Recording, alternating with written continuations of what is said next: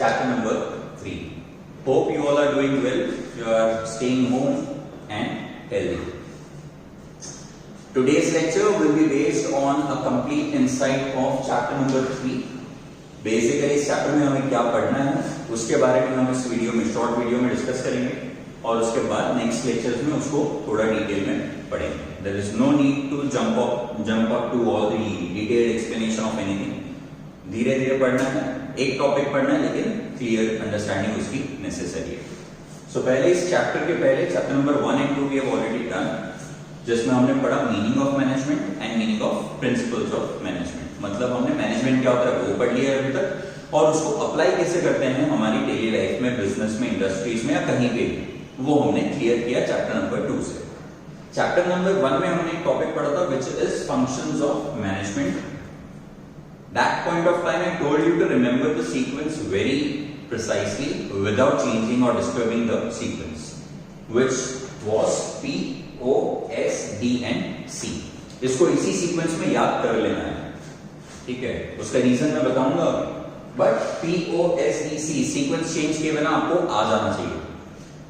P stands for planning, O for organizing, S stands for staffing, D stands for directing and C for controlling. C does not stand for coordinating, C stands for controlling. Remember this.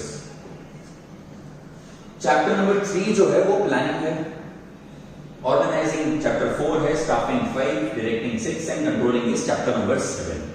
मतलब आपकी book के सारे chapters में से chapter number 3 से लेके 7 तक सिर्फ फंक्शंस ऑफ मैनेजमेंट है, P, O, S, D and C. सो मुझे बोलने की जरूरत नहीं है कि ये कितने इंपॉर्टेंट चैप्टर्स और टॉपिक्स हो जाते हैं. And that is why I asked you to remember this in a sequence. Sequence because ये sequence मेरी बुक में दिए हैं और ये मैनेजमेंट में अप्लाई करते टाइम इसी सीक्वेंस में होते हैं. इसमें से first we will be discussing in today's class which is planning.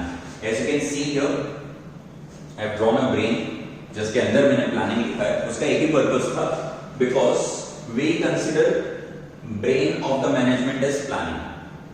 Management का जो ब्रेन होता है, जो मेंटल प्रोसेस करने का टाइम आता है, वो कौन सा फंक्शन करता है? प्लानिंग करता है. बिकॉज वो सोचता है कि क्या करना पड़ेगा, गोल अचीव करने के लिए क्या करना पड़ेगा. जैसे अगर एक बिजनेस का 10 लाख अचीव करने का, प्रॉफिट अचीव करने का टारगेट है, तो उसको अचीव करने के लिए क्या क्या चीजें चाहिए, कौन सा मटेरियल चाहिए, कौन से फैक्टर्स ऑफ प्रोडक्शन चाहिए, कितने लोग काम करने पड़ेंगे, तब जाके वो अचीव होगा. ये सब प्लानिंग में हम पहले ब्लूप्रिंट रेडी करते हैं. काम नहीं करते हैं, मेंटल वर्क करते हैं. प्लानिंग में there is very less of physical work, mental work ज्यादा है, सोचने की जरूरत इसमें ज्यादा पड़ती है. इसीलिए उसको हमने ब्रेन ऑफ मैनेजमेंट कंसीडर किया है. Remember this is very important for 1 mark question. Which of the following functions are considered as brain of management? तो आपका आंसर होगा प्लानिंग. इस पर्टिकुलर लेक्चर में हम डिस्कस करेंगे उसकी डेफिनेशंस और चैप्टर में हमें क्या पढ़ना है, बस इतना ही डिस्कस करना है for this particular lecture. So first definition is task of planning is choosing. Choosing का मतलब होता है alternatives, options. कि भाई जितने ऑप्शंस हमारे पास अवेलेबल है टारगेट अचीव करने के लिए, उसमें से बेस्ट कौन सा होगा वो हम चूज करेंगे. This definition is quoted by Bill Gates. और दूसरी डेफिनेशन जो है, the second definition is quoted by George R. Terry. And the definition states, it goes like, function of planning means assumption, that is the first keyword, circle किया है. For results, policy is the second keyword, again I have circled it. To function, stage is third keyword, and to decide the fourth keyword, the method to be followed. Assumption का मतलब क्या? assume करना. Future uncertain है, हमें पता नहीं है future में क्या होगा, पर फिर भी हम प्लान तो फ्यूचर के लिए कर रहे हैं, तो हमें उस फ्यूचर अनसर्टनिटीज के लिए रेडी रहना बहुत जरूरी है.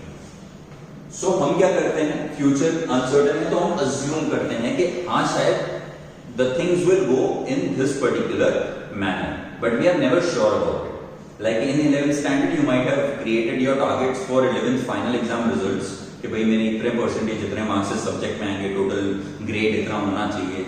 आप लोगों ने किया होगा sir, but mass promotion due to कोविड-19 वो सारे प्लान्स आपके कहीं ना कहीं अचीव नहीं हो पाए, उस तरीके से नहीं हो पाए at least.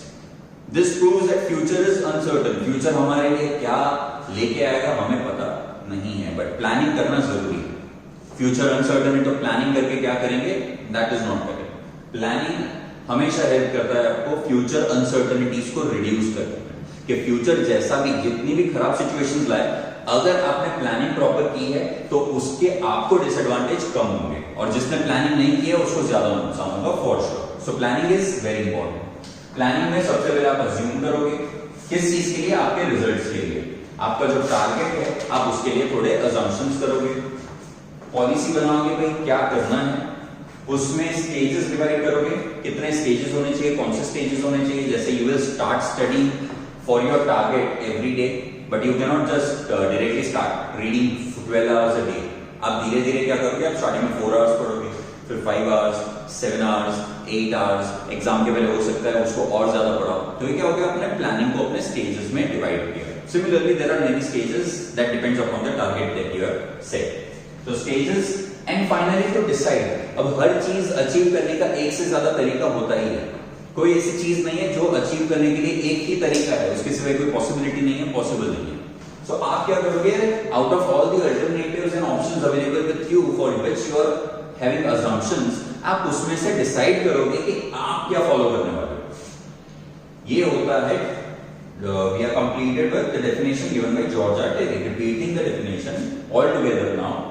Function of planning means assumption for results, assume करना, पॉलिसी बनाना, टू फंक्शन कि कौन सी पॉलिसी फॉलो होगी, उसको स्टेज में डिवाइड करना, stages, and to decide the method to be followed. सारी मेथड में से कौन सी आप फॉलो करोगे वो डिसाइड करना। इस चैप्टर में हमें और कौन सी टॉपिक्स पढ़ने हैं पहले वो आपको क्लियर होना चाहिए, तो उसको डिटेल में पढ़ने से पहले एटलीस्ट एक ब्लूप्रिंट आपके दिमाग में होनी चाहिए कि इस चैप्टर में क्या क्या हमने पढ़ा है या पढ़ने वाले हैं। So other than definition and meaning of planning, what we are going to study is features, that is characteristics of planning. We are also going to study limitations of planning, types of plans, process of planning and elements of planning. इतने topics हम दूसरे lectures में divide करते हुए पढ़ेंगे। For the timing, after this lecture, you should know, आपको क्या आना चाहिए, प्लानिंग क्या है, planning is the brain of management. You should be clear with this. You should also be clear with the meaning of management. 2 definitions of management, और वो definition किसने दी है वो भी आपको आना चाहिए, और इस चैप्टर में हम कौन से टॉपिक्स पढ़ने वाले हैं वो आपको क्लियर होना चाहिए। अगर आपको इस वीडियो के बाद इतना कंप्लीटली क्लियर है, डेफिनेशंस लर्न है, मीनिंग क्लियर है और चैप्टर का ब्लूप्रिंट आपके दिमाग में है, POSTC सीक्वेंस आपको याद है, देन वीडियो देखना आपके लिए यूजफुल डेफिनेटली है। Thank you so much for attending this lecture. I'll be coming up with the second lecture that will deal with all these topics in parts very soon. Thank you so much.